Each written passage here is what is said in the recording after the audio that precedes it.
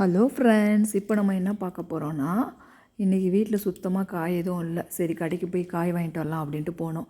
இந்த வாழைக்காய் பார்த்தீங்களா ஃப்ரெண்ட்ஸ், எவ்வளோ பெருசாக இருக்குதுன்னு. நான் எப்போ வாழைக்காய் வாங்கினாலும் சின்னதாக இருக்கும்.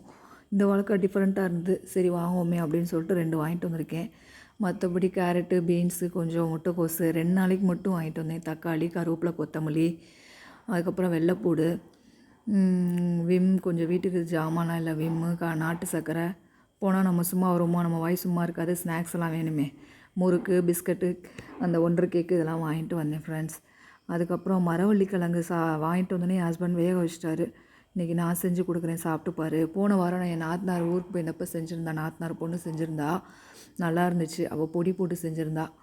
நான் இங்கே எப்போவுமே சக்கரவள்ளி கிழங்கு தான் வாங்கி சாப்பிட்டு பழக்கம். இந்த மரவள்ளி கிழங்கு சாப்பிட்டதே இல்லை.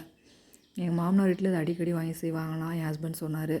சரி, இந்த மரவள்ளி கிழங்கு அவள் பொடி போட்டு செஞ்சுருந்தா, நான் இது உனக்கு தாளித்து செஞ்சு கொடுக்குறேன் பாரு, நல்லாயிருக்கும், சாப்பிட்டு பாருன்னு சொல்லிட்டு என் ஹஸ்பண்டே செய்ய ஆரம்பிச்சிட்டாரு. வந்தோடனே வாங்கிட்டு வந்து வேகமாக வேக வச்சுட்டு கட் பண்ணார். ஒன்று கட்ட ஆகவே இல்லை, ரொம்ப கஷ்டமாக இருக்குதுன்னாரு. சரி கொடுங்க, நான் கட் பண்ணுறேன்னு சொல்லிட்டு கட் பண்ணி கத்தியே உடஞ்சி போச்சு ஃப்ரெண்ட்ஸ், அவ்வளோ ஹார்டாக இருக்குது. அதுக்கப்புறம் எப்பயும் போல் கடுகு, கருவேப்பிலை, வெங்காயம் இதெல்லாம் போட்டு தாளிச்சிட்டு மஞ்சத்தூள், பெருங்காயம் போட்டுட்டு தாளிச்சிட்டு கொஞ்சோண்டு மிளகாப்பொடி போட்டு ரெடி பண்ணிட்டாரு. மல்லி இலை போட்டு தூவி எடுத்துட்டாரு. சூப்பராக செஞ்சுட்டாரு. அது மரவள்ளி கிழங்கு ரொம்ப நல்லது ஃப்ரெண்ட்ஸ், எல்லாருமே வாங்கி சாப்பிடுங்க.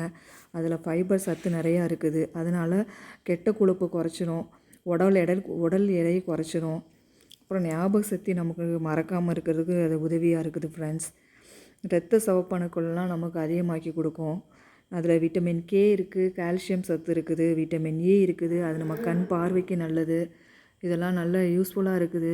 அதனால் எல்லாருமே மரவள்ளி கிழங்கு வாங்கி சாப்பிடுங்க. இனிமேல் நாங்கள் அடிக்கடி வாங்குவோம் ஃப்ரெண்ட்ஸ், நீங்களும் வாங்க.